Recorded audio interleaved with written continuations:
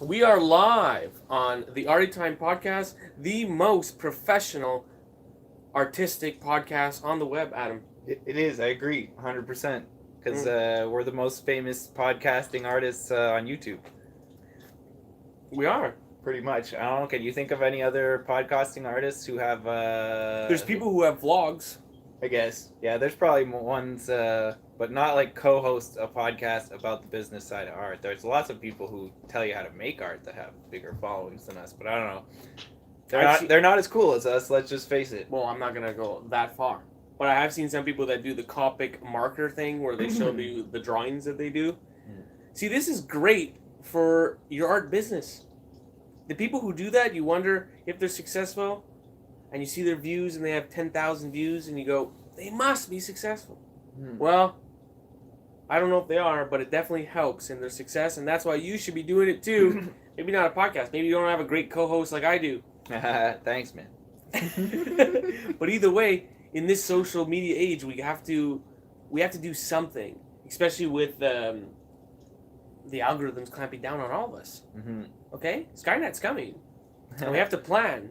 Yeah. And things like this. Well, at the end of the day, I think for social media was amazing for artists for one main reason is it made it really easy to share your work, and whereas other businesses and your story, whereas other businesses a lot of times like to sell their thing, people need to do more than just see it and say I like that. Like they need. And, you know, art, we've talked about many times, needs a story with it, too. But at the end of the day, if somebody sees it and they like it, and that's where the story helps keep them there long enough to decide to buy it. But, like, there's no explanatory video really needed. Like, when you're, like, it doesn't go faster than the next one. It's not like it's new and has 10 new features than the old version. It's not like, you know, it's not like it has air in the soles. We're talking about paintings here. Yeah, exactly. Like everything else that gets sold needs to be sold and needs to be explained to people. And when it comes to branding, like it needs to be repeated over and over and get in people's minds. And where I'm going with this is the way the internet is now is if you want to have an art business, you got to kind of treat it a little bit more like another type of business. Whereas you're going to have to spend some money on reaching people and introducing your stuff to them, advertising. Yeah. You know, and the consistency thing, the branding thing is really important. I mean, I'm in my 30s, and I can tell you, I still make that mistake where I put my money on one thing, and then I put my money on something else. In the end, what would be great, and what Adam keeps screaming, is you gotta do one thing consistently forever, and I think that is true. Yeah, I mean... It's hard to follow through on, but it's definitely true that if you just... And it could be anything. You could say that your thing is called gold. You've decided now it's gold. And you're writing gold on everything. Well, if you do that for 7 years, I'm telling you, gold is a thing. Because enough people will have seen it, and they'll believe it, and it'll be real. But at the beginning, it won't feel that real. And I guess it's the fake it till you make it model.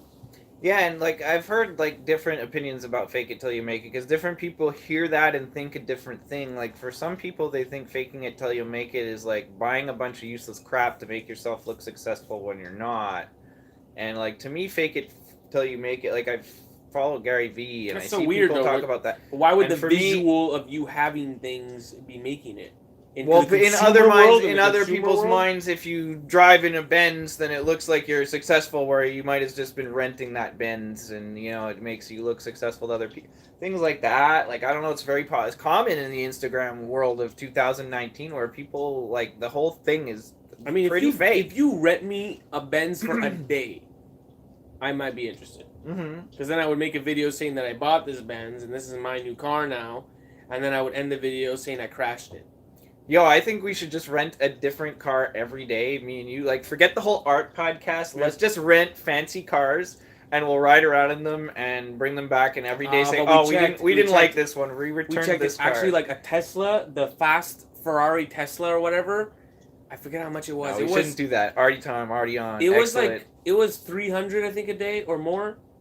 300 a day or more, and that's not like the gas and the insurance and You should give them $300. Oh, you probably have to drop 10 grand just in insurance before they let you leave. Yeah, credit card, and your credit card will not be accepted. Yeah, no. with a like a limit on it. No. But it actually would be good for your art career, believe it or not, to drive around in a day in a Porsche or something. Yeah, it could be. I mean, let's like, and from my point of view, like I studied marketing. I work in sales at my new job, and at my old job, I sold advertising, and like I sell advertising in my job that I have now. So like I'm very familiar with advertising and how advertising works and branding and things like that.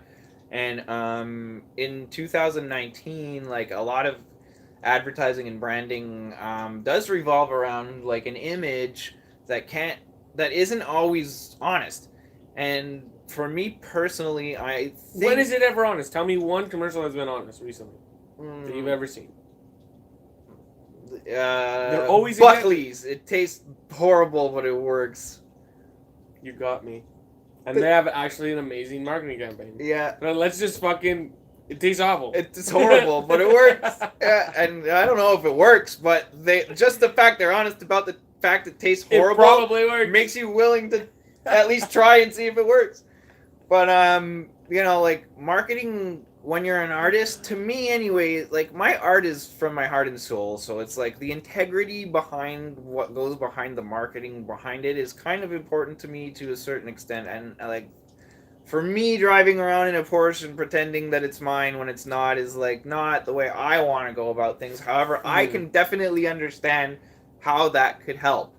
I would love it if one of my clients who bought a painting of mine took a picture of them next to a Porsche they rented and then sent me the picture and didn't tell me that they rented the Porsche, and I could show everyone that, hey, this guy's got his Porsche in my art. Like, this is the kind of high-class people that love my art. So if you own my art, you're a high-class person too. So like, yeah, if that happens out of the blue, cool, awesome. I'm really happy about that. But like, I won't try and go behind the scenes and orchestrate crap like that. Like, but for me, but maybe I should. I don't know. Maybe I should. For me, like, my whole art is about making fun of consumerism and pop culture. That's true. That's so true. I would get a Porsche. This is the irony of it all. I would get a Porsche to make fun of the fact that you would make it all this money to spend more on a metal vehicle that is no different than the other ones. It just is shaped different. It's just shaped different. And you would get in that, but ironically, while you're making fun, that effect would still apply. Yeah, it would. Where people would be like, oh, I need to buy his art. He has a fucking Porsche now. So, like, this is something I've talked about with Germ, like, off camera, and it's something I'm seriously considering because I see stunts how are art. Stunts are art. It's stunts, but also, like, the whole bootlegging thing where you're using other people's characters or other people's logos or other people's branding and playing with it. And because those things are in there that other people are familiar with, it kind of makes them attached to your art before they even really know much about you or your story or your art. They see that Louis Vuitton logo in there, and like that's it. They're sold. Like they go in and look at all the rest. But like that's what catches their eyes because they're familiar with it. So I don't know. I'm thinking about maybe doing a series of mandalas where I like just take over corporate logos or Gucci or whatever, and make a beautiful mandala around that because bro, I have a friend. That's my art is high class. I spend hundreds of hours in that, and I spent thousands of hours being able to make the stuff that I do in hundreds of hours look good. And just need a hook. I see what a lot of other artists are doing these days is appropriating other people's stuff, and like there's part of me inside that's like against that, and then there's part of me that just wants to try it kind of like you do, kind of like a joke on consumerism and see what happens. But what are you against? Well, I already get told I'm going to hell for fucking selling mandalas, so you're already going to hell. You're right. I'm already going to hell. I'm already going to hell. I might as well be going to hell in a Louis Vuitton handbasket. But it's a great hook in the sense that they've spent thousands and millions of dollars on this branding to make. When you see that pattern, you think high class and fucking rich Italian women or something. That's appropriated to the canvas, which is something that you would like. Mm-hmm. That this is and it would be passed on to all of them. So just by doing one, that would go across the internet. But anybody who clicked on that would find the other one. So by doing ideally, one, you don't have to do the rest of your life. Ideally, I want this nexus to become like a symbol of value and and creativity and like what my brand stands for, you know, like individuality and like you know, just passion and soul and like you know, but that's what my art stands for. That's what my art means to me, is like the fact that like each person inside them has that nexus point, that dot of like divine energy that wants to express itself in whatever way. And when you find the courage to do that, and like the things that you, yeah, so like when you're in that like that that Nexus point. That nexus point, exactly, that nexus point wants to express itself in whatever way. When you're in your passion, you know, that's what my art is trying to inspire other people to do, whatever their passion is, whatever your passion is, whatever your you know, desires and dreams are, is like to try and find the courage to go for them, and to be to show what can happen when you do. And like so far, you know, like I did pretty damn amazing. I did for 4.5 years. I didn't work for anyone else. I made some really amazing art. I had some really amazing collectors. I made my own clothing brand. I made my own home decor products. I made you know, silk scarves. I got Cosm's gift shop was selling my silk scarves. They're sold out right now. And still are. Well, they're sold out. They still would be if they weren't sold out, but they're so damn nice that they sold out. So you know, like I've done a lot of things that like I'm super, you know, proud of. I am proud of, because I used to be a drug addict that scammed people selling ads on a website that didn't exist, or the website existed but like nobody visited it. That's so deep that you just said that. like I changed my life a lot, and Art saved your life. yeah, art pretty much saved my life, you know. So you know, just the fact that I'm working now is like it's awesome. I got like this foundation now where I feel safe, and you know, now it's giving me the confidence to go do some bigger things. And I just made a sale on a painting at my new prices. Yeah. At your new prices, what does that mean? What is that weird line? Well, I raised my prices not long ago, as we had talked about. Oh, okay. So now that you have confidence, you're raising your prices. Well, it's because I needed to, because I need to make more money, because my business needs to keep going, and I can't have, if I have a period of 20 days where I'm not making sales, I need the sales that I do make to be bigger ones. I just said that because it's interesting that art sales go up with confidence. Yeah, they go up with confidence. They go up with time. They go up with dedication. Because, you know, in normal business, when I'm selling a bolt and nut here, when you start buying 100,000 units, I start lowering the price on you. In art, you start buying 100,000 units, I'm gonna raise the price. This is the painting that's sold. Beautiful. I called it end of summer. I painted it at the end of summer of 2014, and at one point I literally had this painting priced at $35 because I was. What did I buy mine for? Just learning. Smaller, but what did I buy mine for? I think 40, 80? I don't remember, to be honest. I think Barney. I think 40. I think 40. It's a 4x4 inch. So did you notice that today when you were at my house? I didn't. A Barney stuffed animal is holding your painting on that boombox. That's why I said, did you like that spot? No, I didn't notice it, bro. Sorry about that. You got to point me out. I'm a dude, man. Barney. Barney. So, I sold this painting for $196 US, and I had it priced at 35 Canadian when I painted it in 2014. So that goes back to what we talked about in our earlier episode about the art bank. Some of you might have even started using that as a coaster at your house, not knowing that in 3 to 4 years it would sell for 200 plus Canadian. Well, I mean, I always believed that every single painting I've done and do and did will, like... I love that style. There's one person out there who's going to resonate with it enough that they have to have it and want it and feel something, can feel a connection to it of whatever way they may feel. I still think that's your best style. So I think it's except awesome. For Pacific Northwest. Hold on, let me show you Pacific Northwest. No Pacific Northwest. So I get the point I'm trying to make is that like the art bank thing is real. If you keep your art and you keep yourself dedicated and you stick with a style that people develop like want to collect, The person who bought this is a collector of my art. She owns, I don't know, at least 10 pieces of my art. I know her name. And has also bought, multiple different things for me, shirts and bookmarks, and I forget what else. Shout out Gail Wiggle. Yeah, Gail, thanks. You're amazing. I super appreciate your support. It really keeps me going through some tough times. Like, it gives me that motivation. And honestly, that's, if you're watching this and, like, you've been on the fence about buying something from Germ or buying something from me, like, get off the fence and go do it, because it makes us... big sales pitch. It's a rush. It's a rush.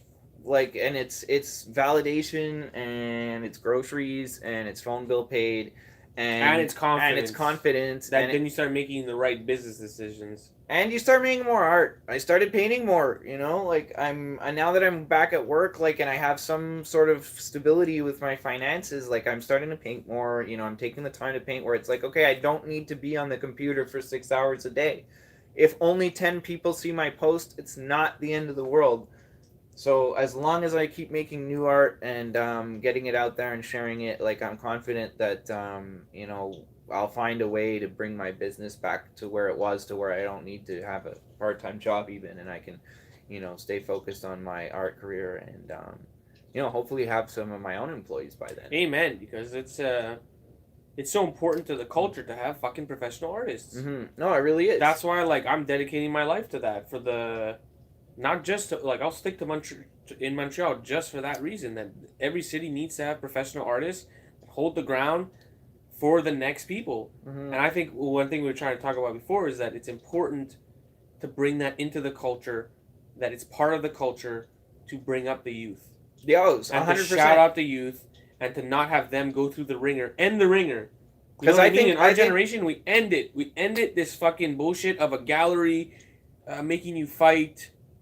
Yeah, you know what I mean. It's just like, yeah, it's but stupid. Even to a certain extent, if we would build the whole art market, if everyone was just like, art, it's awesome, and you need to buy art, you need to buy that guy's art, this guy's art, everyone's art.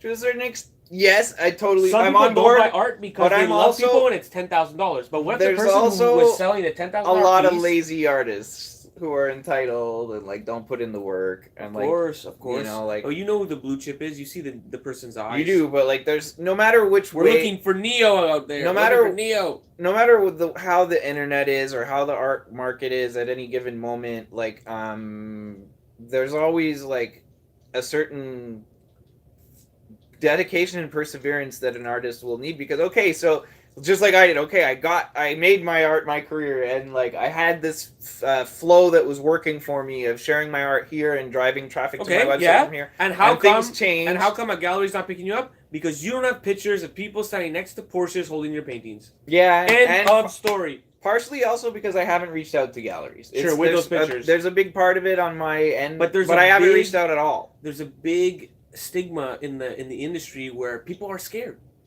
They're fucking scared. They have little testicles about picking. Everyone has to buy in before they buy in, mm-hmm. and it's like, who buys in first? Mm-hmm. And I think sometimes it's all rigged. When you really look into it, some of the big mural people paid for their first walls. Yeah, paid over $10,000. Well, we spoke about for that everything, before. And then people thought, someone paid for that. I'm gonna pay for that. Hey, come over here to fucking Denmark, and I'll give you $10,000 because someone over there gave you $10,000. No, idiot, he paid $10,000. Yeah, I mean, that all, and look, and now it all starts. Now, like, the guy's getting $10,000. It's in some cases, like, paying for exposure is going to be a good thing, but it all really depends on how you play it and where it is and what the exposure is and if you can afford it or not. And and that's where I was going, like, kind of at the beginning of this podcast, with the internet changing and social media changing and making it really hard to reach people and really hard to get social proof. Really hard to connect with new people, because if you even try and, like, message too many people now, we were talking before off camera, like, you'll get shut down from even sending direct messages to people these days if you send too many in a day to different people. 15. And it's like, yeah, on my Facebook I can't send, if I say, like, hey, come check out my new something and I want to copy paste this to send to my most popular fans and 15. stuff, I can't send more than 15 messages of the same message even if I change the beginning to say, Imagine you were hey calling your John, friends. hey Dan, hey Imagine Sue. you're calling your friends to have a football game or something. And Yeah, after 15, and the it was phone like, company, whoa, the whoa, phone whoa. company stopped allowing you to make phone calls Is after this V 15. for Vendetta here? Are you trying to, So are you trying to manifest that's what against our happens government? to me on Facebook and Instagram. I'm sure would be the same thing. So I don't even bother trying. Like I'm done fighting algorithms, is what I'm saying. Like, and if you can't beat them, join them. I'm gonna start. We're voting for Trump. I'm gonna start. We're moving to Texas and we're voting for Trump. I'm gonna start saving some money and And we're putting it moving to into Texas. advertising and hiring other people to do some of the internet marketing part for me, where like it's in not Texas. it doesn't Not feel Austin though. They don't vote because for me like for Trump. what's the word I'm looking for? For me, if I spend 5 hours sitting there on the computer, like reaching out to people, and I don't make a sale at the end of it, or if I do that 5 or 10 or 20 days in a row and don't make a sale at the end of it, it's crushing. It's really not motivating to get up and spend 5 hours on the computer the next day doing something that didn't really work well the other 20 days. So it's like, I need to readjust, I need to refocus, I need to be doing different things on the internet, and to be quite honest, like sitting there fighting algorithms isn't fun. Okay, but hold on. There's people who watch that there's people who I bought art from, bro, that have never sold art and never had income go into a PayPal account before, and they were artists. So you're talking about like someone who's had sales were coming in and then they dried up. Yeah. How does someone start the well? Well, for me, I started it online. That's how I started. Okay, they're online. They're online right now watching. How do they make their social media make money? Well, I think that the best way that you guys that like for me right now, I'll be honest. The answer is right now. If I don't know, I'm in a phase where I'm trying new things to find out what works now, because what worked before isn't working well now. That's why I got on all these new social medias like Minds and Steemit and MeWe. And I'll be honest, some of my supporting patrons that donate to me every month, I found a few of them on there. Some of my most recent sales that I got, like after the 20 days that I went without any sales, the sale that I did get to break that dry spell was somebody that I met on Minds. This is known as the Great Dry Spell of 2019. Yeah, 2019 for me. So like I did some things that really helped me, like gave me an extra year, after Facebook shut me down. Like at least these other things I did really gave me like an extra year. But now like I can't share those links to people. Like I can't share a Minds link on Facebook at all. It will say that this link isn't safe. And that's totally ridiculous. It's totally safe. It's a social media website. There's nothing harmful about having a site on Minds except that it's competing with Facebook. So Facebook like will censor any link. You can't send links in messages about Minds. You can't write minds.com anywhere on Facebook. Try it yourself and see what happens. Type in minds.com and watch what happens. Why are they so afraid of minds.com? So like even though I'm on Minds and like Minds is a pretty awesome website, I can't tell other people about it on Facebook or Instagram, and neither can anyone else. There's like 4 million people on Minds. None of us can tell any of our Facebook friends about it except in real life. So it's like, and if we do try and tell them, and then they type it in on Facebook, they see, oh, this site might have malicious swear or whatever like that. Like Facebook is the one with malicious swear. Facebook's the one that tracks you fucking everywhere you go. So Facebook's the one that drains your battery power because it's got 8 million things running in the back sending information to all their advertisers. So I need to remove that app. I don't even know if I can. So sometimes I take it out of my pocket and Facebook is open and I don't go on Facebook. I don't know how this happens. They just decided that I'm gonna go on and the feed's uploaded and all this stuff. So right now where I'm like thinking I'm going to be focusing is I'm going to be focusing on hiring somebody shortly, like in the next few weeks. I want to hire somebody to be my assistant, whether it be on Fiverr or in person or maybe a combination of both. And I want to have them reaching out to new people using Gary's 180 strategy. I want to have somebody build my Etsy shop. I want to have somebody maybe put my listings on Amazon.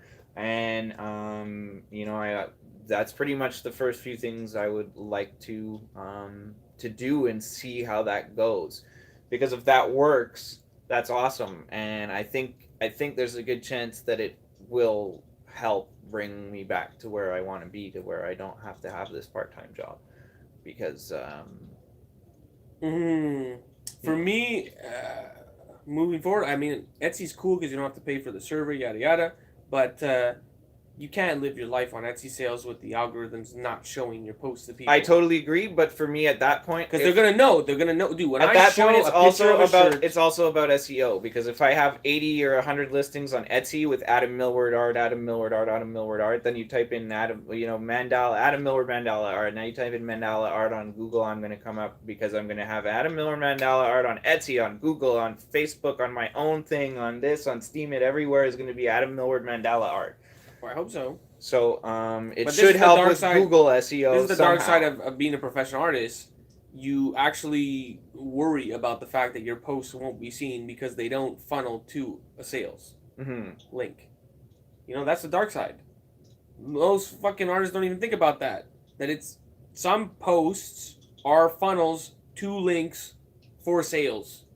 And the app that we're using that we help build is now not showing it, and they know when it's a fucking t-shirt. But I swear to God, they know if you write sale keywords, even if you write available or go to or check the link in my bio or anything like that. What a world though! What a world where you're like, time to post to my friend, and they know that you're trying to make money and they cut it. Crazy. And you know, you gotta wake up in the morning and keep a smile on your face while that's crumbling around you. And try and think of a way around that. Yeah, no, it's been really, really frustrating, and I know we're not the only two artists who have faced this. I mean, let's face it, a lot of artists that I know who were really successful, like who are way more successful than me in the Facebook days, they gave up a year or two ago. Like, they didn't even bother looking into Minds or Steemit or MeWe and building a new chain. They just gave up. And they went back to get a full-time job, and now a lot of them don't even really try anymore. Like, you know, I don't ever see them post art anymore. What I started the podcast with, how important it is to build a story using the advanced medias, the video and the audio, and through that you'll be able to tell your story. You'll relate with people more, and that's what's going to make them relate to your art. So you gotta video more, in my honest opinion. Yeah, I mean, and I'm more comfortable in front of the camera now, but I'll be honest, I still feel very strange talking into the camera by myself. You wouldn't do it by myself. I wouldn't do what you do. So my stories today where I sat in that woman's chair, you know what you said afterwards, right? You can't be there, and I was like, why did I turn off the camera? That always happens. I press stop, and then the person says the line they're supposed to say, and I'm like, should have kept rolling. I mean, like, I caught her later though with you thought it was a country? Yeah, right on fucking cue. Thank you. No editing. Yeah, like, and that's amazing for now that people see your stories, but like, what if Instagram stops letting people see your stories? Let me tell you something. You make someone laugh and it's like crack, bro. They will find you in the middle of the night to get that fucking hit. Well, I don't know how many YouTube stars are there that's channels got like demonetized and stuff. That like, yeah, they make people laugh, but what about that Indian guy? Now you can't make money anymore. What about the Indian guy from Ontario that did fucking jokes about kind of racist jokes towards his own people, but whatever. Russell Peters, I think. No, him too. Okay. No, but he didn't use YouTube. This guy used specifically YouTube, and like he sells things. He's on TV selling things now because he's Canada-wide famous because of his YouTube jokes. He made people laugh. That's it. He sold you crack. It's what, dude. Come on, people get on stage and talk into a mic, and people pay money for that. Why? What the fuck? The guy has no props, nothing, no stories. Well, maybe a story, a couple stories that are gonna make you laugh, but you're hoping to laugh literally once, and that's why you're putting the money down. It's a drug.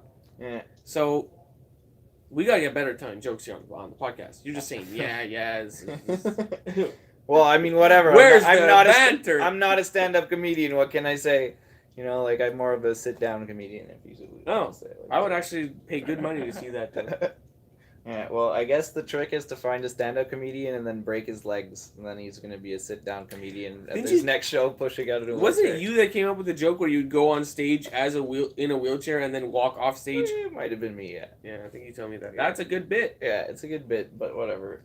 And it's see, not an Arty Time podcast. But it is, because that is art. That's just doing that stunt anytime is art. And I'll be honest. And why do you have to constantly do the same art all the time? If you play a guitar, why do you always have to play guitar? To me, it's a different kind of art. Doing performance art and being in front of a camera is something very different from making a painting, and it's not something I'm passionate about, and it's not something that... it's not an art form I enjoy creating. Okay, maybe it's just not. Like, I love making songs on my guitar. I love making paintings. I'm starting to get a little bit more comfortable sitting in front of a camera. But when you make a video about making a painting, when you become Bob Ross, people who love making paintings watch your video about your love for making paintings. I'm sure they will. I'll be honest, that's probably something I need to hire somebody for, to stand there with the camera and talk to me so that I talk back and answer questions and don't feel like a schizophrenic person talking to myself by myself in my studio. That's something I should hire somebody, because I'll be really honest, I feel very, very awkward talking to myself in a camera. People are, and I even feel weird when I see him do it. When nobody's, think about the pictures that you see on Instagram. That means that when no one's looking, people are doing these things in their phones. I know that, but I don't even. But they don't want to do it in public. I wouldn't do that in public. No, that's weird. I fucking take it to an extreme, bro. I fucking yell into a phone in front of people in public because that's what you're doing. I've seen you do it, and I'll go move away from him when he's doing that because it makes me feel awkward and weird. Like even being near him doing that. I know people are doing that, and people are very successful at doing that. And like, there's lots of people. We're all doing that, so why not just be comfortable? I don't know, man. It's not me. It's not me. It wouldn't be honest. That's why I don't want to do it. It wouldn't be honest. And like, learning how to do it, or maybe getting over it and being uncomfortable, maybe that'll become part of the narrative. Maybe it won't. But like, if you're now, if you're asking me, like, I do not feel comfortable talking into a camera by myself. Oh, I can train you. I can train you, bro. There needs to be an actor that comes out that becomes like in this. But I'm not an actor. I'm an artist. Yes, you are. Be quiet. Be quiet, because you were gonna make a character called fucking German Boy, and that you already had the character down, and you have mad voices. So you would just create a character in your mind that when the camera turns on, that's the character that comes out, and you crush. Because that's what acting is. It's just channeling some weird thing. See, and that sucks. Even hearing you say this is overwhelming me, and I'm like, oh great, now I have to not only be a website designer, a writer, a photographer, it's like how you play a painter, a guitar player. Now I have to also be an actor. Yes. It's like, fuck this, man. And anybody watching is maybe feeling the same way. Like, it's a lot of shit to learn and a lot of shit to get good at. And like, the fact that life is an attitude, bro. Life is an attitude. If you start thinking that something's overwhelming, okay, you know what's overwhelming? A baby that has to learn 5 languages at once, and you know what? He fucking does it. So shut your mouth. It's an attitude. Understood. The baby doesn't know the attitude of being a wiener and being depressed and being fucking that shit. Like, so you just have to be stoked. And I'm stoked to hire people. That's what I'm stoked for. Yeah, and if they answer, I'm stoked to see what happens when I do that. If it works, great. If it doesn't, maybe I'll fucking learn how to talk into a camera and become an actor. But like, I really don't want to do that. I don't want to create. I don't want to create a fake person that when they meet me off camera, like you've said has happened to you, that people are like, you're not the real person. I don't want to be that. Well, they never say I'm not the real person. I want people to meet the same guy that they see on camera all the time. They just think that I should be more amped. That's the only thing. No, I'm the same person that you see in the videos. I'm just not as amped. Yeah, I guess. You know what I mean? Like, why do I gotta be fucking yelling all the time here? And like, I don't know. Like, I guess me personally, I don't want to be that. I want to always be me. And Bob Ross ain't fake, bro. Bob Ross never faked shit. That man is like that. Probably does a little bit more cocaine off camera than. I don't think so, but Bob Ross... He has coke nails. Bob Ross has a coke nail, bro. On both fingers. Who the fuck has coke nails? Not me. No, but he's got coke nails. Like, I don't know. Bob Ross also made 3 other versions of every painting he did off of screen before he painted the one he did on screen. Wow, cool. See, there's always magic. Yeah, there's always magic. People don't know that. Yeah, he made the painting in 28 minutes, but he made 3 first of the same scene just so he could get it done in 28 minutes on camera. That's just smart, so that he flows on camera and he's the Bob Ross that you need to be. Yeah. When you have as an experienced filmer, director, when you have someone hold the camera and answer questions, it'll make a mediocre video at best. It might, but because the person won't have the specific skills needed, and that's why you got to have an attitude of stokedness. That if you want to be a professional artist, you got to look into these things a little bit. What makes an entertaining nowadays video? Mm-hmm. They're short. They're not They're fucking 90 seconds, bro. Mm-hmm. It's not a big headache. It's literally like, But hey, for me, you know when I fucking it do my is. paintings? For me, I like it to is use a the big cap. headache. Even thinking about it is a big headache because it doesn't come naturally to me and it scares me. And I don't. I have an iPhone. I have an iPhone 5S. I don't want social media on my phone, and I don't even want to get Instagram on my phone to start doing these videos to begin with. Idea. Hey, when I paint my paintings, I'm at Millward. I use my fucking cap, and I don't pour out the painting, and I save my tips. That's just another tip from Adam Millward. It is, the and Mandela guy. I've written that in my blog. I'll catch you. Yeah, it's and I have okay, pictures but blog with it. Bro, blog. Like, what does that even mean in 2019? I mean, I go and I read a text. I have to click a link, go on an out fucking thing, and read text. Yes. Okay, yeah, I'm making fun of you because it's not the time for blogs. It's a time for you in a video saying, hey, this is a nice second video on my phone that I just put social media on for this exact purpose of 4,000 I'm telling you right views, now, I'm not going to do that anytime soon. So we'll see what happens. I know, but we'll see what happens. I'm arguing that is better marketing than a blog, and it's just obvious. It can be, but because for the long tip will term, get across. For long term, the blog is better in my mind, just because for long term, the blog is going to stay there forever, whereas the stories are gone in 24 hours and the video interaction is gone in 5 minutes. That's not true. You make a playlist of your tips, that's being more watched than the blog.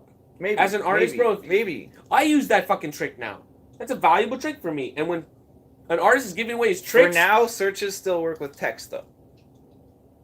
Of all kinds. Yeah, but I don't know, I type things in YouTube. Like, even when you type... Even if you go, Alexa, find me art blogs, or find me an art podcast. Quiet. You don't want my phone to start doing things. Okay. I don't know if it's called Alexa. Yeah, whatever. You know, if you say it has a name, I'm sure. If you say that, the internet... Alexa searches text. It doesn't search voice. So even if you say art... Find me an art podcast, it's going to find that because I typed in art podcast. That's why I would never use that stupid thing. Like, it's... Why would you let that's how the internet is moving to. That's how the internet is moving to for But it searches. only gives you one choice. That's the weirdest thing about Alexa. It's always just one choice.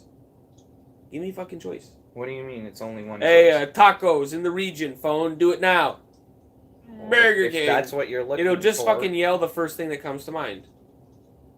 It won't say, like, there's 3 in the region. Do you like it spicy? Do you like it Cajun? Yeah. Well, it should give you the whole list of That's what human results does? Still, I mean, it'll say the one out loud, but I don't know. It should still bring up the rest of the Google results, no? I don't know, man. I don't use those things now. I don't want one in my house. But you want it to say, when they say, who makes the best mandala art, you want it to say, Adam Millward. Well, yeah, that would be nice, and that's gonna for now. And that's that's text based. That's text based in blogs. Yeah, that's text based in blogs, and having my name on 100 different websites, like it minds me, we Steam it, Facebook, Instagram, da da da da. So, like, you know, I don't know. My techniques right now are not working very well. So, if you're like an internet marketing guru and you've got some advice for me and or Germ, like, don't be shy. You know, I'd love to hear what you have to say because I find it extremely frustrating dealing with the internet. Oh no, it's the great dry spell. Like, you know, buckle down. You know, put some hurricane shutters on your windows because it's about to get rough. We're going into the eye of the storm. But I don't know. That's why I'm thinking you should just make. When this is a time when, like in the Great Depression, a lot of people are gonna quit making art, and it's a time to, if you don't quit, it'll be memorable in the years coming. Because you won't break the consistency. In Adam's situation, he has to just keep making art because for the vast majority of people, they're just gonna think that he just continuously made art for the next. It's been 15 years or whatever, you know? And that's what needs to happen for an artist to be successful, really. You know, it's over the years that you get successful. At the beginning, if you can make it in the first 5 years, amazing, great for you. But it really comes after, 10 years, 20 years, you're laughing. If you can just, stay true to the craft. If it's your passion, you should stay true. And the culture needs it, the kids need it, like, you really gotta... When it comes to the art, like, it's hard... I'll be honest, I'm still in a weird phase right now where it's like in between things and like I've only gotten one paycheck, so like my bills are still piling up and like I sold a little painting and it's awesome and that gave me a burst of motivation, but like when Germ's sitting here next to me telling me that I need to become an actor and I need to learn how to do all this and video editing and like I don't know how to do any of that, nor do I want to know how to do any of that. I never did want to know how to do any of that. That's good to hear that It's side of it not too. interesting to me. I don't like cameras. I don't like photography. Like none of that interests me. I'm not a tech geek. I don't want the newest phone. Like I just want to be able to pick up and say, "Hi, Mom, I'm on my way." Like I don't know, man. I'm not a Mom. 21st century digital boy. Well, yeah, yesterday was Mother's Day. I'm not a 21st century digital boy. I don't have a lot of toys. When I'm talking about that though, I'm talking about Neo. I'm talking about, it could be Neo girl, I don't know, but I'm talking about the artist that may be listening that's gonna become the best artist in the world. Mm-hmm. That person has to do those things. Oh, that person has to be like, I don't doubt it, Jim Carrey in The Mask. You know what I mean? Where it's like, you're out of this world. Mm-hmm. You're out of this world person. And that's what makes the art as well out of this world. It's not, you're not going to just move fucking paint and solidify it on a canvas. It doesn't end there. It has to be the whole shebang. And I think only an artist can do it. Mm-hmm. Musicians don't do it. Because their music and their personal life are kind of different sometimes. Maybe because other people are writing their music in the general I guess mass, it all depends in on the mass, musician. Yeah, in the mass sphere, you know. But a massive artist might have a team working for them, but sometimes it's still them. They're still holding true to like some of the big artists that we know. They still hold true to their soul essence. Oh yeah, for sure. Where if you were a big band, other influences come in. So I think it's an artist. It's going to be an artist that's going to become larger than life. Mm-hmm. Almost, yeah. The only thing I can really say is it's similar to Jim Carrey, who is an artist now. Yeah, no, he is. He is. Yeah, it's amazing. You know, is he Neo? Personally, I don't know. Personally, I can't stand his art. I think it's all garbage with all this political focusing on the division between everything. But that's not what my art's about. My art's about the unity. I'm sure he's you know, if he's an artist, he's going to go through phases. He's trying to see what works. He's clearly a pop artist in the sense that he cares about the public. He always has, and that's why it's political. At the end of it, he wants the best for people. But and he wants people to be happy. what if he finds out? Yeah, exactly. Mm-hmm. What if he finds out all I really want is to make people happy? He will leave the political stuff. He'll go more into the Akira Toriyama stuff, where it's like flowers and shit like that. Mm-hmm. And if he does that, he has a big chance of becoming like one of the bigger than Andy Warhol. Mm-hmm. Yeah, one of his most famous. But it's about like, is he truly passionate about it, or is it just a thing that he did because he does all kinds of things? Mm-hmm. Who knows? You know, he could be just another Renaissance man doing all kinds of things. No, I mean, you gave me a lot to think about. I'll be honest. Like, imagine if he was making fucking vlogs about his videos. Yeah, I mean, everyone would watch it, but he's too busy and can't get the new phone and da da da da da. So you're not Neo. Get the fuck out of here. If that's what ends up happening, that's what ends up happening. But like, you know, for me, I'll be honest. Like, that's a line where for me it feels like, okay, that's it. I don't want to be an actor. Like I don't want to do that. If that's what I have to do to maintain an art career, then I don't want to do it. Like, I'll be honest, hearing that's where my soul is feeling right now. What's the difference? What's the difference when you go outside and you hold a canvas next to the garden and you take a picture? What is the difference? You went and you made a stage and you became an actor on a stage, but you took a still instead of a series of stills with audio. It's a mindset, bro. You're right. It is a mindset. It is a mindset. You live in that garden. Is that your fucking garden? It is a mindset. No. It's a big mindset, but for me, it's like a big hurdle. And it's for a me, big I would mental go hurdle. and make it's a joke. Huge one. It's I'm like in a the wall. fucking garden. It's like fucking Donald Trump built it, man. Like, for me, doing the talking into a camera by myself in my studio, and like, it's just the concept of it is ridiculous. It screams mental illness. It's madness. That's what it screams to me. You're mentally ill. If you're talking to yourself out loud in your basement, you're mentally ill. If someone came down right now, we're yelling into a phone propped up. That's the thing. They wouldn't even see the phone. They would just see two guys talking forward into a cup. And if it was just one person, then I wouldn't be able to do it. Just like, I don't know, man. I don't know. It's weird. I guess it's a Yeah, but it is fear. the future. It's the future, though, bro. We grew up where this is not a thing. Mhm. People are gonna grow up not knowing a time without phones. Mm-hmm. Just like we didn't know a time without TVs. Mm-hmm. You know, a TV in every room is normal to us. Yeah, pretty much. Older people are like, you know, it's probably lame as fuck. Mm-hmm. If you're into books and shit like that, and you see a TV in every room, you're like, okay. But see, I am into books. Like, that's the thing. I'd rather write a book than sit in front of the camera. Like, I'd rather write a book about my experiences than make a video. Yeah, that could be cool too.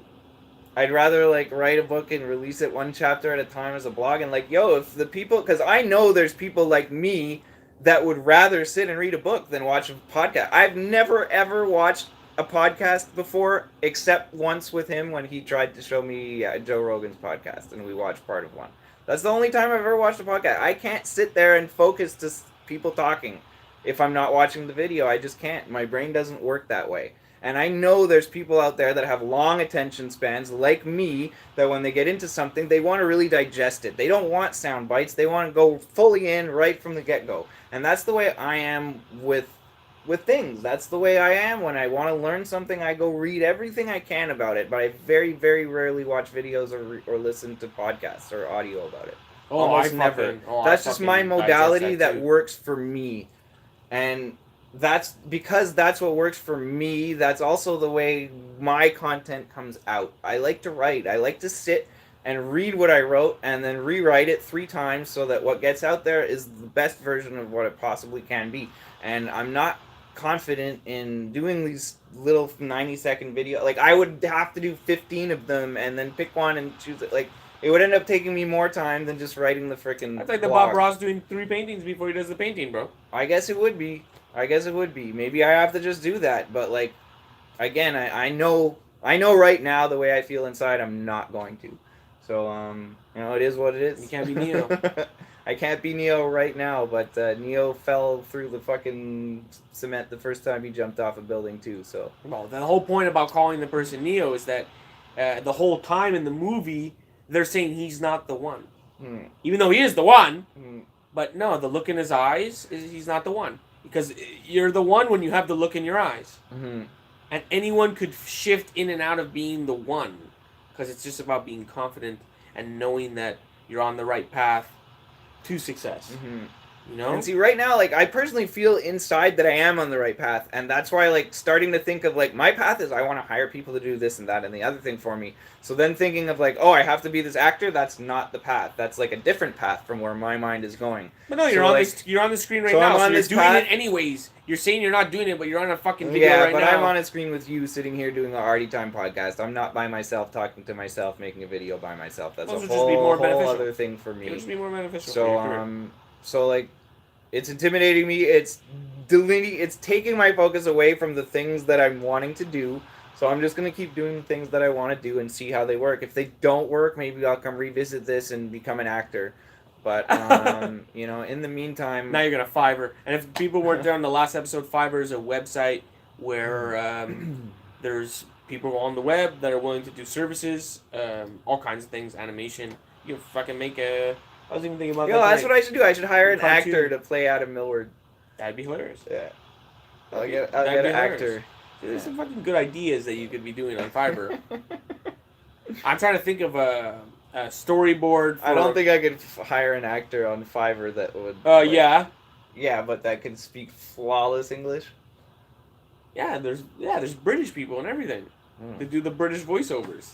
Because they'll do it for back in the day. It was legit $5 because it's just like okay, press record, read your stupid text, and send you the file. So why don't we just honestly?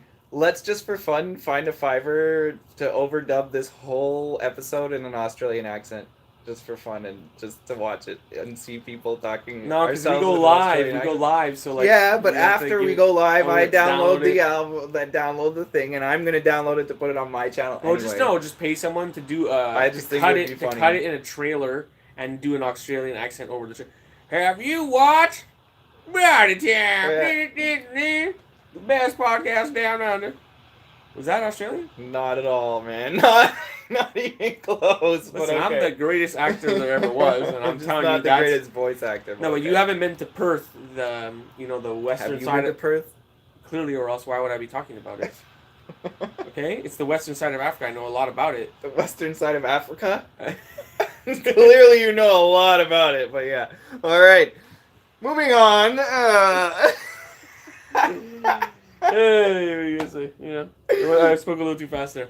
Anyways, it wasn't the best podcast, and we still have to work on our comedy here. Well, hey, this made me laugh. I don't know if anyone else is laughing, but if we're laughing, we're doing something funny. So hey, the western side of Africa. So all right. No, I'm really not the best with accents. Bro, have you ever been to Cape Town, Australia, though? You got me.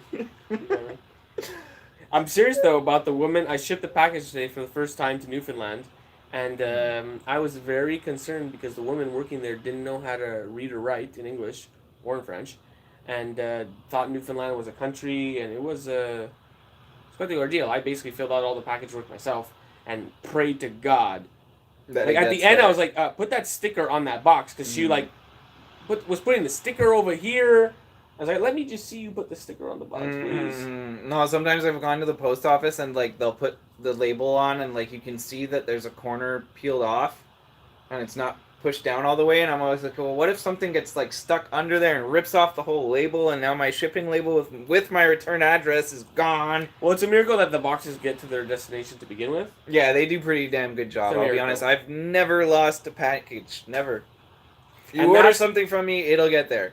And if it doesn't, like by some one odd chance, one out of like thousands of packages I have sent, then that really sucks. But like, speaking of which, packages from me right now, if you go on my website, like it's www.nexusvisions.com, you can get 30% off anything. I'm having a spring clearance. All right, we are live. So yeah, if you go over there, $30 or more, 30% off. The code is spring. It's like on the checkout page. You can't miss it. So go grab something. 30% off. Good deal. I got some of these left, like exactly this garment. I got some of these shirts left. Some of these amazing shirts. My secret source mandala. Got lots of original art. I got tapestries. I got bookmarks. I got all kinds of stuff. Isn't it weird that like our business revolves around shipping to people that aren't even like anywhere near us? Yeah, I mean, it is. There was a time where I don't know what Facebook algorithms did, but for like a period of 2 or 3 months, like I was big in Australia. I was getting more orders from Australia than I was from Canada. Yeah, like a lot more. Like literally, yeah. Like 1 month I made like I don't know, like I got like 7 or 8 orders from Australia, and I figured like maybe because one of them shared and like some of their friends, but like yeah, I ended up selling like 3 paintings to Australia and some of my silk scarves to Australia, and like people down the street from me weren't seeing my posts, so I don't know. It's weird. Mm-hmm. But it's a blessing too at the same time, And yeah, it's a blessing because I'll be honest, like without all Facebook and everything else that got me to where I am now.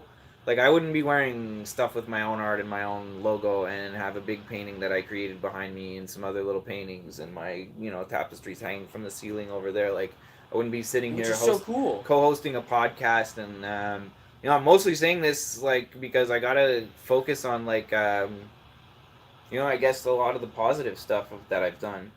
Because, like, it is still kind of a weird part of Yes, we have our own podcast and we have our own shirts. Yeah. And look at that! Isn't it weird? And you're gonna die. I'm gonna die. So like, yeah, I don't want to spend the rest of my life working for someone else. I want to spend the rest of my life, making more amazing art. Have a nice day. Sharing it with the world and helping everyone else who enjoys my art have a nice day too. And hopefully keep on inspiring people and keep on, teaching other artists through my experience what I'm learning, what I'm going through. Because I'll tell you what, I'm gonna get over it. Whether hiring people works for me or whether that doesn't, and I end up fucking taking acting lessons or some shit, and like, something's gonna work eventually because my art is too important to me and it's too important to the people that love it and it's too important to the people that don't even know that it exists yet. But somebody out there is gonna have another story like that lady who got over the grief of her husband dying through my art. And I'm gonna get more stories like that. I'm gonna get more stories like that. Everybody listening is the same story, like. Someone's waiting to see your art. Let's put it that way. You know what I mean? The world is waiting to see your art, and because when you put your art in front of people, you get a reaction or it goes over great. All you gotta do is get in front of more people. And right now, that's the trick, is getting it in front of more people and figuring out how to get in front of more people in a wise way that works for me as an individual versus what works for him as an individual versus what might work for you.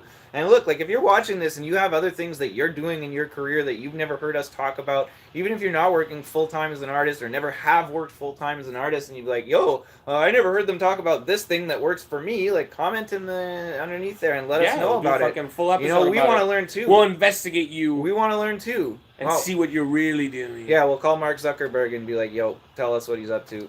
We know you know. We'll have the bots on you in a second. But this brings me back to the whole, I forget what it brings me back to. I don't know what it brings you back to. The future?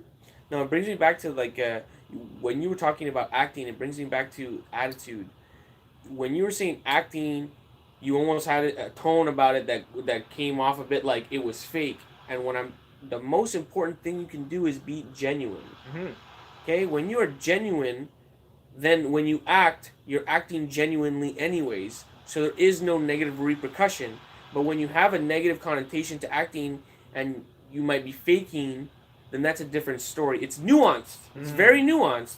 But if you're not genuine, then don't be acting. Is my general advice here. But if you're genuine, then shoot for the stars. Talk openly. People will relate to you if you're genuine, because people are going through the same thing as you. And that's something that I have, like... And that's what this podcast that's is, something really. That, I'll be honest, I have a fear of. Like, I really haven't posted on Facebook, or people have been following me for years. I haven't posted that I got a job. Like, other than when I posted this podcast, I'm like, this podcast is about, you know, how my career is changing, or how my new job is affecting my art career when I posted episode 8. But that has a YouTube link in it, so literally I think that post got 4 likes out of my, like, 3,400 subscribers, or followers, I mean. Big 4 people like that post, you know, so that means what, maybe 50, 100 people saw it at most. Anyway, like, and it's something I'm afraid of talking about, because, like, I feel like people are gonna give up. Like, people, I don't know, man. It's a weird feeling to have. I don't even know what words to use to describe it. I feel like it's you're unsure at the moment, really. You're back. Yeah, I'm unsure, because, like, once people see that you're, you know, in the grind like them too, there's also they reciprocate with you. You know, like, when you're an artist and people think you could do whatever you want, bro, you see how my dad treats me. You know, like, you can wake up at noon, bro. I don't wake up at noon. Then, you know what I mean? Ain't no money to be made if you're waking up at noon. Yeah, there's artists that are like that, but honestly, if you want to make money as an artist, you better wake up and do your fucking job. It's like anything else. But there's a stigma that because you're your own boss, you don't work hard.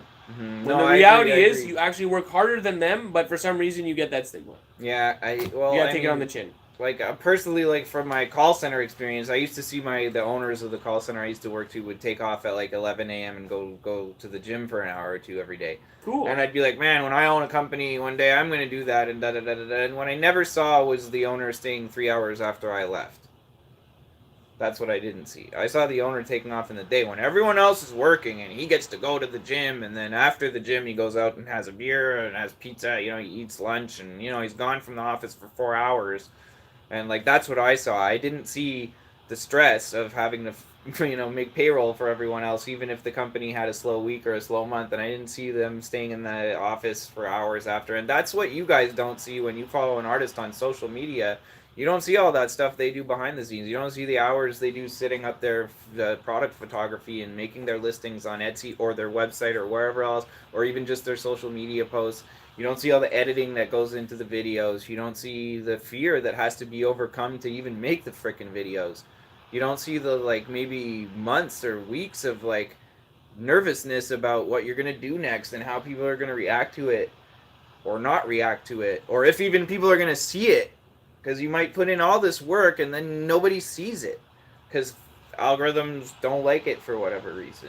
So it's like, it's you know, there's a lot of courage involved with being an artist, and you know, right now, like, I'm honestly, like, having a hard time digging deep and finding that courage in some ways. But I've been through phases where I've had trouble finding that courage before in the past. And usually where I find it is in my art and making a painting and creating something that I stand back from and I go, wow, I can't believe I made that. I can't believe that came out of my soul and my dedication to sit there and get it done. And the other place it comes from is you. It comes from reactions from people, and when money hits the bank because somebody bought something, because somebody resonated with something that I put all this energy into enough to say thank you in the form of buying it. And at the end of the day, that's when you're buying something from an artist. That's really what you're doing. You're saying thank you. Mm-hmm. I think though it's a very mystical thing, selling art, and it has to do with your confidence, your attitude, and what you truly believe you're worth. Mm-hmm. Because there's people out there who sell garbage art. Let's not mince words here. Trash. And they be riding around in Lamborghinis and touching fake titties. Okay?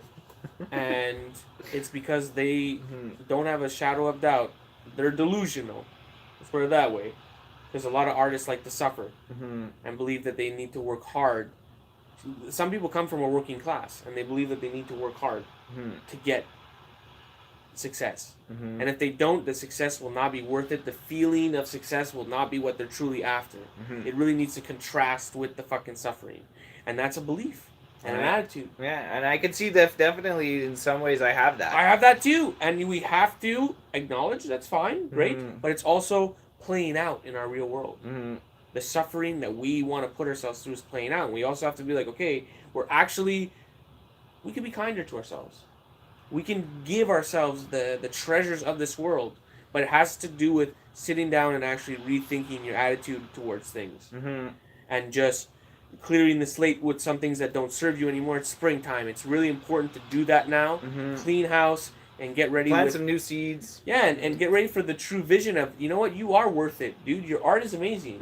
And you put in so much time and you make next level mandalas. Pacific Northwest is crazy. And it deserves to have the prices raised on all the canvases. And just rightfully so, someone bought it. What the price is all raised, you know? Because it just goes to show that if you believe it, it'll come. Yeah, no, and it's like, so you have to have faith. In art, you have to have more than belief. You have to have blind belief, which is considered faith. Yeah, no, totally. And that's what my big painting that was behind us last time is named Passion and Faith. And like, that's really what it's about, is the passion and the faith and the combination of the two that brought me to where I'm sitting here talking to you guys, co-hosting a podcast about how to, make an art career. So, it is what's the word I'm looking for? Like, it is challenging. It is challenging right now, but it like you just said, if there weren't the challenging times, then the future times where things are, flowing well and I'm not worried about income and I'm really focused on making the best art I can to share it with as many people as I can. And, then I know things are going to flow again and they're going to be more meaningful because I'm going to be able to look back and watch this and probably laugh at myself talking about wanting to burn my paintings and how angry I was and frustrated, and I'll be like, oh my god, look at this guy, he was so immature and so da da da da da. But it's a combination of many things, Part of the process. Part of the process of being a human, let alone being an artist, is just going through ups and downs of emotions and learning from your mistakes. And the only thing people learning care from your about, challenges, no and mistakes. remember, the only people who care about and remember is if you get up and you keep going. That's all. You want to see that story. Okay, and other people, you don't want. They lost and they gave up. It's an exhale. That fucking person. You don't even know who they are. Even if it's an enemy, you still want them to fucking. Maybe not an enemy. Sometimes you want to see an enemy fall, I guess, but you still technically don't want to see them give up, because if they give up, then they can't be an enemy. Yeah, I guess. I don't know. I don't have enemies. I'm just saying. I don't have any that I know about. I'm sure there are people who. It's a weird human trait that we all have. We all want to observe and see what happens after a fall from grace. Yeah, it's a train wreck. Yeah. We all want to look at the train wreck, but trust me, I really think that everyone deep down wants to see you come out of not that you're in a train wreck, but everyone wants to see, like, Hulk Hogan get out of that racist scandal. Or whatever. You want to see them fucking get out. O.J. Simpson, he's not the murderer. Yeah. Yeah, I don't Wait, know. I don't know. Was that a rightful? Was that a good one? I don't know. Yeah. I'm not. We're rooting for you, This O.J. is so long ago that I don't even remember the details other than that. I'm trying to think of like, I don't know, times where the whole world was like, I don't know if they cared about Hulk Hogan or whatever, but I don't know. Nowadays, the media makes you think that the whole world cares about stuff, and the question is, does it really? well, that even in that situation when the weight of the world is weighing down on you and everyone's watching, the smartest thing to do is get up, dust yourself off, and keep going. Mm-hmm. The I think one smartest thing I need to learn. All One facets, thing that even I if only need your to mom learn, is watching, you get up, you dust yourself off. Here, one keep thing, going. and here, like, this is for future me to watch. One thing that I need to learn is, like, when I'm going through a rough time, I need to be honest about it right away. I can't let it grow into a worse rough time until I'm so angry about the fact I'm going through a rough time that my attitude is crap. If I'm honest about going through a rough time, like not long after that rough time is starting, then I'll probably still have a lot better attitude than if I let it get worse and worse and worse and worse and then talk about it. So like going forward for me, one thing I'm going to do in the future is if things are Be more genuine. going slow, I'm going to talk about it. And I'm not going to worry if people think I'm complaining. Because I'm just being honest. I'm a human being, and like social media for me is a way I talk about what's going on, in my career and what's going on in my life and my story. So if my story is having a rough time, then you don't have to stick around. You can leave during the rough times, but I'll know that the true people who are really fans of my art and who are really my friends, they're not going to leave. They're going to stick around and enjoy.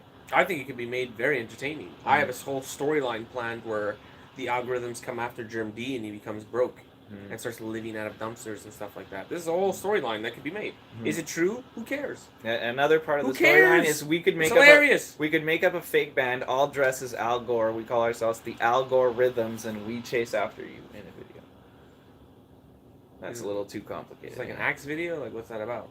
Why are you chasing the algorithms are chasing you. The Al Gore Rhythms. Okay, that's a good pun. Yeah. No, mine's mostly like, I start claiming people's computer. Like, I basically ambush, like, maybe people at Best Buy and claim that it's the computers that are running algorithms. Just scenes like that, like general pranking people in public and putting them on my phone and they don't want to be filmed, but I filmed them anyways with classic just GermDee. Like he did to me the first time we recorded a podcast. I did to you earlier today. Yeah, no, not really. Yeah, with the Newfoundland thing, and you were fucking on point. You fucking answered right away. Oh, I didn't know you were filming me. Great video. See, I was genuine when I didn't know you were filming me. That's why, like, maybe for me, the way I need to, like, make a transition into making videos is to have somebody filming me for a while. And then once I watch them and see how, like... Maybe that's my fucking role here. Inauthentic they are for a while, then I'll get comfortable to put the camera in my own hand. But, like, I don't know. Maybe that's my role, like bro. Maybe I'm supposed to be making little videos for everyone. And you guys are all like the characters. We'll see if I have more time. Yeah, see. That comes with more, Well, see, I don't know. Maybe I'll hire you to do that when I get a few more paychecks. And if there's money involved, it's like time is money. So check your time, check my money, and we'll see if we can make an agreement. I don't know. The only way that I would do it is if people buy enough art that I'm free. You're here on the couch half the time anyway. No, but I'm talking about serious film. No, I know. I'm bugging you anyway. I'm talking about serious film that it's important for the culture, like where I actually put my skills in filmmaking and documentary making together to do something for the art. Making sure I don't give up on art is important for the culture, bro. Help me with the videos, man. Yeah, you'll be in the video, no doubt. No, you help me. Subtitle. You put me in your stories a lot. Struggling artist. Struggling actor. Struggling actor. I should move to LA, fuck. Move to LA, wait some tables, learn how to act, and then I'll come back as the Mr. Instagram. No, but I have the ability to make a very interesting documentary where it wouldn't be people sitting down talking to a camera. I have to move to Los Angeles now. That's the thing. I have to be an actor. I gotta move to Los Angeles. That's what actors do. Of course, but or want to be actors. You bust tables, and people will see your acting skills eventually. They will see it, and you'll be hired. You'll be in the next, And then I'll be like, yoink, psych, I'm not an actor. Here's my art card. Like, give me a call if you need a painting. Man, you could work. Flip the whole story around. This is your new gimmick now. You're gonna move to LA and sell art. No, I'm gonna move to LA and become a famous actor, and then I'm gonna pull a Jim Carrey and start making art. That's what the next Neo's gonna do, bro. Yeah. The next Neo's gonna do that. So yeah, I don't know if any Hollywood talent scouts are out there, but if you have a movie that needs a part where a guy looks like me, like I'm for hire, you know. I'm an amazing actor, as you can just see here. Like, I'm pretending to enjoy moving to LA and being an actor. You said you were gonna barf the first time we were gonna do the Arty Time yeah, podcast. and I still kind of feel like I'm gonna barf, even thinking about like talking to myself into a camera by myself. But whatever. Really? Yeah, I don't know. It's nervous. I get nervous. I get butterflies. Like, but it's worse than butterflies, because butterflies, like, I can get over. Like, I don't know, man. It's But what do you weird. care about? You care about what that person thinks of you?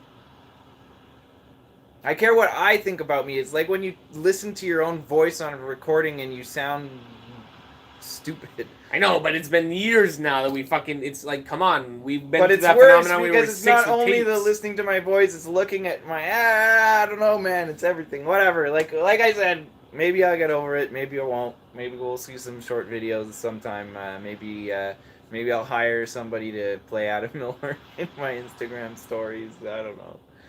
I mean, if you're watching this, show your face, do a video. Fuck it. Mm-hmm. Try it out. Who cares? Be genuine, make a video, make someone laugh. I'm sure it's going to go over great. Instead of just like filming art or something like that, you know? Mm-hmm. Film some art, then turn the camera around and be like, I'm painting. What do you guys do? That's it. That's a video. Mm-hmm. That's a good fucking video. Because people are going to be like, that's true. I'm just sitting here watching Netflix jerking off and this guy's over here making a painting. You're gonna start painting or think about what their passion is. It's a good video. I just gave you a great video idea. All right, yeah, you did, but you didn't give me the confidence to go make it. Second video idea. You're looking at your canvas. It's on a wall. And the shot goes canvas, then backs up, you looking at canvas, and then How you am I turn gonna around. get that shot? Ben upstairs, you ask him, hey Ben, film this. And then you turn So around. there you go. I need another person. That's the key. And I then need you another turn person. around, and then you turn around and you go, it's a nice canvas, isn't it? And then it's you not turn even back. me. It's the actor that I hired to play me. See, that would be hilarious. There we go. That'd be There we hilarious. go, yeah. And then you turn back. See, it could be Ben. He just No, turns around and Ben's says, too it's tall a to nice play me. canvas. He's too Isn't it? tall to play me. Okay, because like if it's a still picture, yeah, the person standing next to the canvas, boring. The canvas on itself, and I post those pictures, kind of boring. But if it's a picture that's moving with audio, and someone goes, nice canvas, isn't it? Bro, amazing. I just gave you a second great video idea. And because things come in threes, I'm going to have to give you a third one. It'll come to me, Adam. Cover me. Awesome. Yo, that was Psychic Adam. I heard that. Perfect. Okay. Psychic Adam's back. You're sitting on a couch. You're eating spaghetti. No, because I'm on keto diet. I'm not eating spaghetti. No, this person, they're eating yam. The Yams noodles. are like the worst Yam- thing you could eat on No, keto what diet. are you talking about? There's yam noodles that have 0 calories. Really? Yams Yes. aren't they related to potatoes? I don't know. Let's check at your Metro. They sell at the Metro for $2. The noodles that have no carbs. Okay. So you're eating carbless noodles. A Now, little bit of pasta goes on your shirt. That's a white shirt. Kind of ruined it. Not all my videos are about art. And you go back to eating your noodles. That's the third video. You mentioned art, so it's about art, even though you said it's not about art. That's great. Okay, there you go. That's my 3 ideas. I guess so. That's a good one. If you run 1, 2, comedy comes in threes, and you do that third one, so write that down. Someone should do that. Those 3 videos. In the end, bro, you're gonna strike. It'll be like molten steel when you strike on that third one because they're If expecting it's you to talk about molten art. steel, that'll splash everywhere and burn people. Why do you know so much about things? I don't know. I'm Just a nerd. fucking- I molten just- means liquid. You don't want to be smashing molten metal.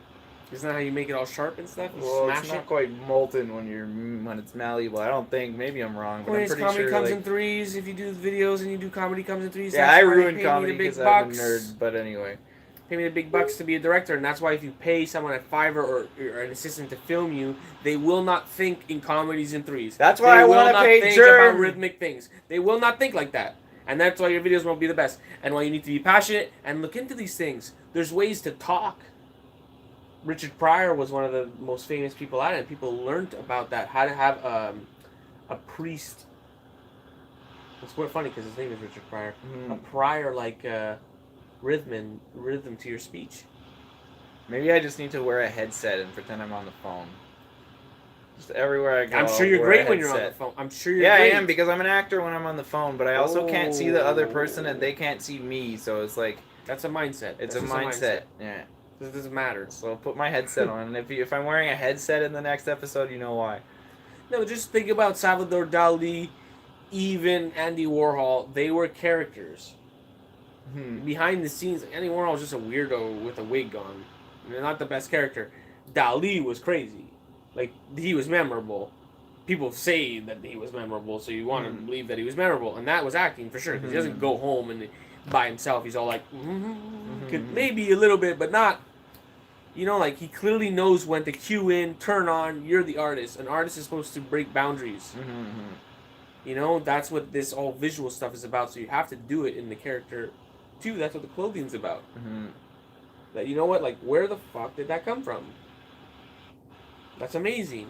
It is, and it's 30% off, by the way. I don't know if you remember that if you haven't like gone to my website yet. But you know what I mean? That's amazing, and what needs to go with it too is the swagger of the person who did make those things. You know what I mean? It's not a regular person, the person who makes those things. So that person has to not be a regular person. Does that mean walking weird? I don't know. That's fucking your whole shtick. Some people, it's just wearing the clothes and being confident. Having some dope-ass glass pendants. How about that? Or like some really cool jewelry made in Costa Rica from seeds found on the side of the road. Swag out. And that doesn't mean, like, you know, buy gold rope and spend a lot of money on gold rope, you know? Like, it means do things that are cool for you and really get, you know, build your story, really. You know, that's part of it, too. And, you know, like, just... You saying that kind of, like, clued something in for me. For the last couple of years, like, when I was sick, when having a hard time making ends meet, all my money went to paying my food, my rent, and my phone bill, and I had nothing left after. So, like, there was no other story. There was me suffering and making art, and that was it. There was no me going to concerts. There was no me traveling. There was no me going even out, because I had to go to the bathroom every 10 minutes. So, like, there was no other part of my story, and who even wants to relate with that? Who wants to even relate with that? And that's why honest. I didn't talk about it a lot. No, you have to focus on healing first. Yeah, that's the main thing when you're sick. Then when I'm feeling better. First of all, holidays were amazing. I was feeling better. Like, I got better in October. I had all this energy. I put it in. Like, things were going well, and it's the holiday season. Let's face it, 40% of my business in good years or in bad years is always the holiday season, October to December, you know, first week of January, people were buying stuff with the money they got at Christmas, whatever. So that was amazing, but then, like, you know, that tapered off a bit, and then April sucked, and I only made like $250 in all of April. And 20 days in a row with $0 coming in, so a lot of money went out when I had to pay all my bills out of the money that I'd saved from that holiday season, doing pretty well. And some of that I invested into new things, so, like, not like I just had a big wad of money sitting there from holiday season. You know, I wanted to get new things made for you guys, and I still have a new design coming out of this soon. I want to run my clearance sale for a little bit first, move some of the things I have available for all of you to take advantage of, and then I do have a couple of new things still ready to come out. But you know, where I was going with that is that you know, now that I've got income coming in, and you know, I'm able to not be quite so stressed. Like, I'm able to think about my business a little differently than just paying the next rent and paying the next phone bill like I had been for the last few years. And that's going to allow me to have other things just pop up in my story. I'm going to cause them. You know, I want to hire somebody. I want to put that person I hire in my story, you know, share about them. I want to help teach this person. I want to I want to go travel a little more, maybe get myself into more vending events, network more downtown. You know, so there's all kinds of things that are going to happen as a you know, result of this somewhat stable financial foundation that my part-time job will give me. And at the end of the day, it's only 12 hours a week, and like, I feel like all this like negative stuff about myself, like, oh, I gave up, and people are gonna think I give up, and da da da da da. But really, I'm only working 12 hours a week. I mean, the whole month I work, a week and a half of what an average person working 40 hours a week works. So I still have a lot of time that I can work on my art career, and I just need to feel motivated enough to do it. If I can say one thing, it'll be more on the mystical side of things, because I touched on it before, is that you just need to rest assured that, and this may sound weird, but the thing that was wrong with you was your root chakra. And that has to do with stability. That has to do with really base finances of can you live day to day and survive on this place. As you heal that up, so will it be healed in the mirrored world of the exterior.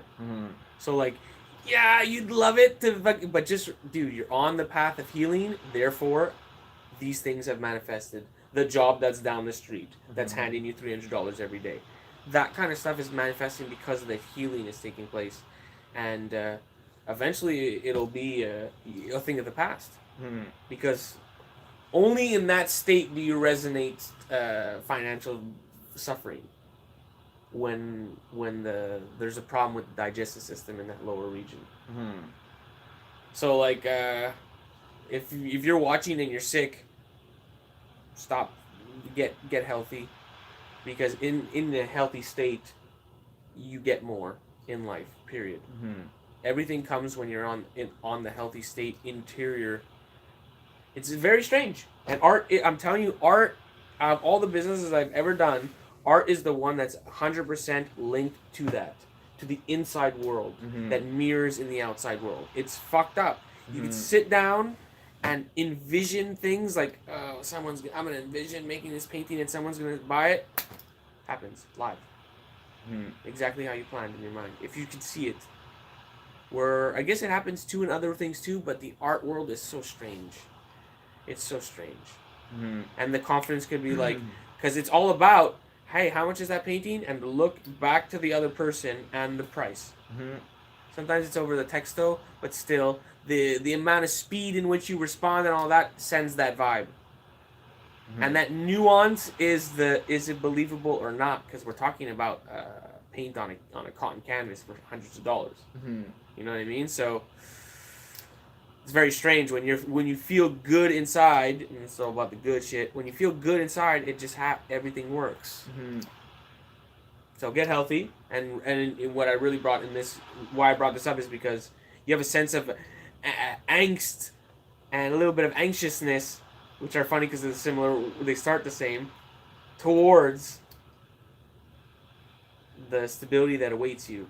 That's assured to you. That's written in the stars for you. You know. Well, yeah. And there's no reason, and it takes it longer. The reason is it because the stability isn't coming from my art. That's why.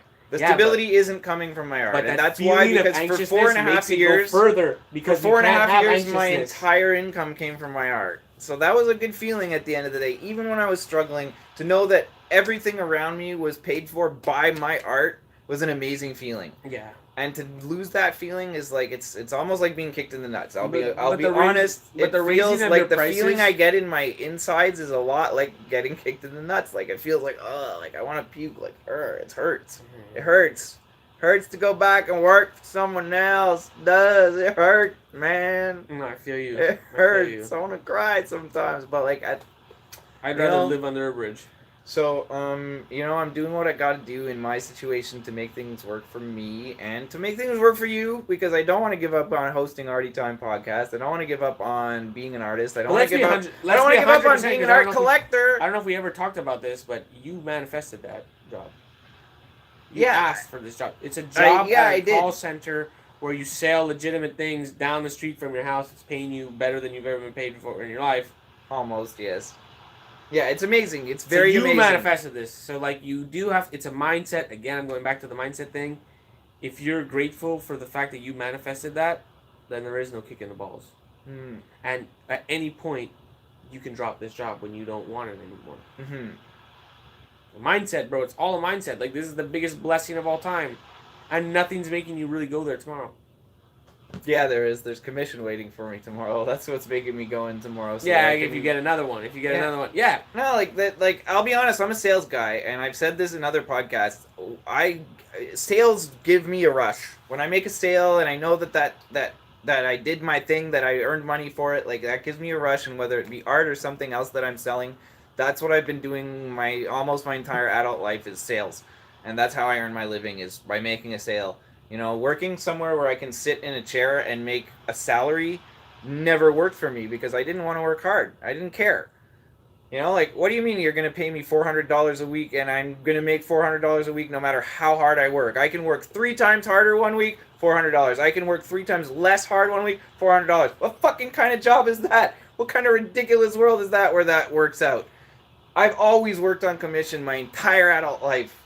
So, like, that's the way I work. That's the way that I work best is when I have something, like, where I can hit that and get that rush and, like, get motivated to get that again and again and again. And it's an addiction. It is, and that's partially related to my makeup, my genetics. That's why I was an alcoholic. That's why, because when I get a good feeling, I want it again, no matter what gives me that good feeling.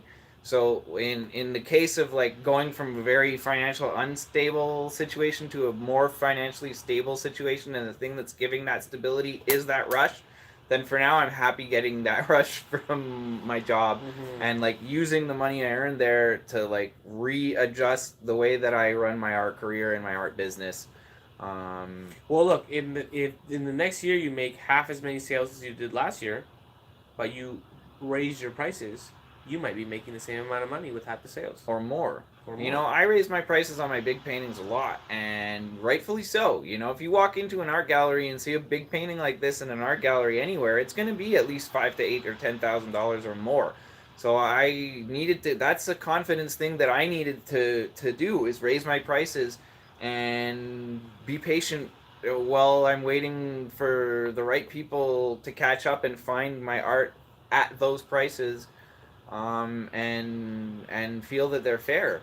And I know they are for the right person. So, you know, maybe the reason that this painting is sitting here is because the person that wants it wouldn't pay $1,000 for it because they wouldn't think it's worth enough.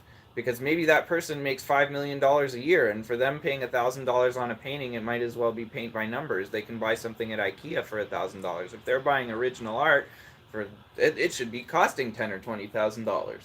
So maybe that's why this painting is still behind me, because it's waiting for that person who's got that budget and that taste and that resonance where it's going to hit them in the gut and say, that painting belongs in my living room for whatever reason.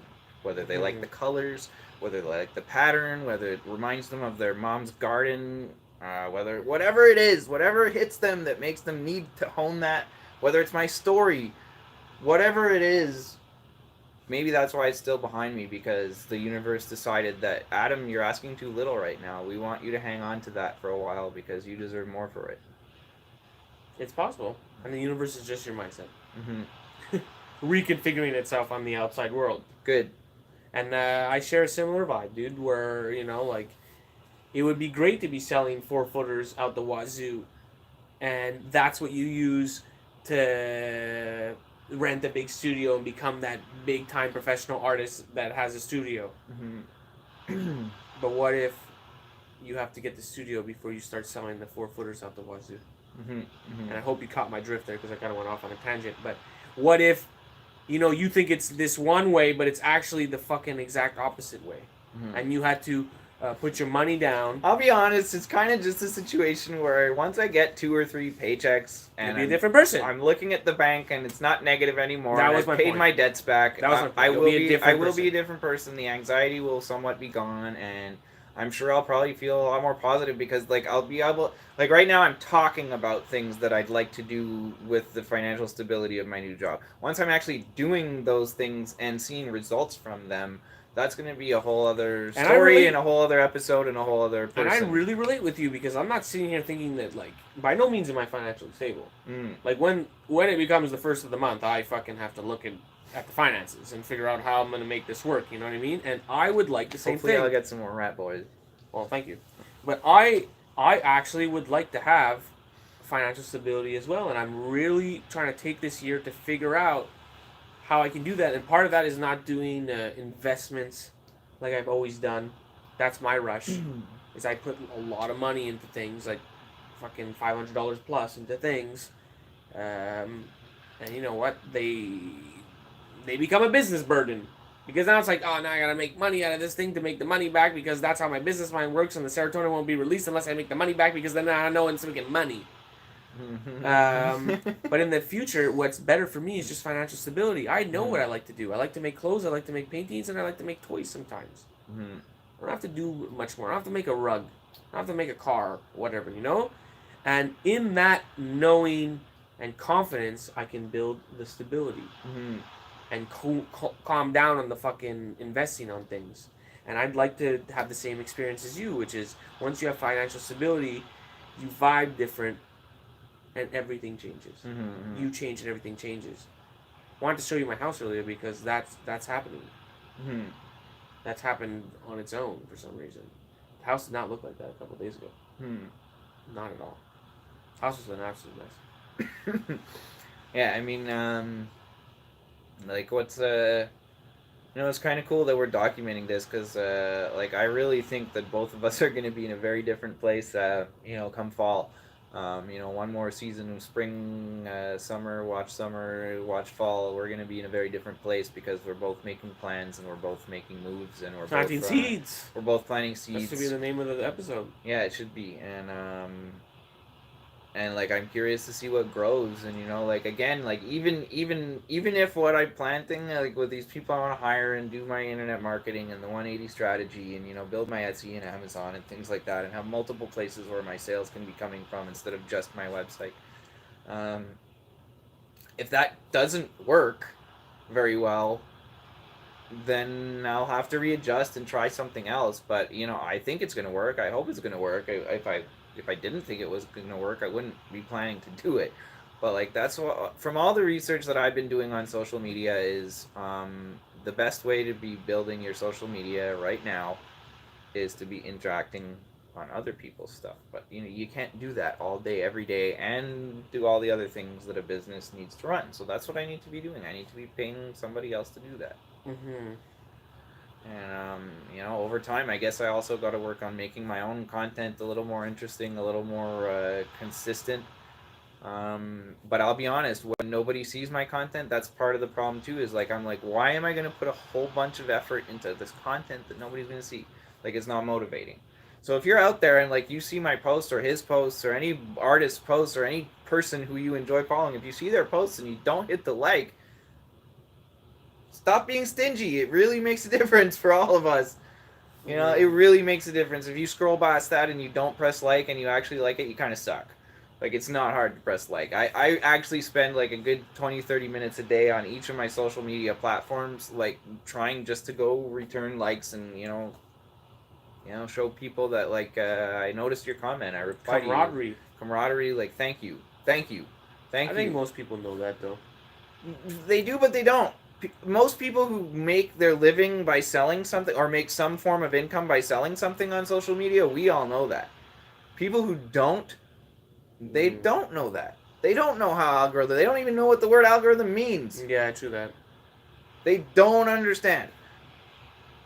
And when you try and explain to them, it's like you're talking Chinese at them and they look at a deer in the headlights look and like it means nothing for them. But it means a lot for us if you click that like. So yeah, there we go.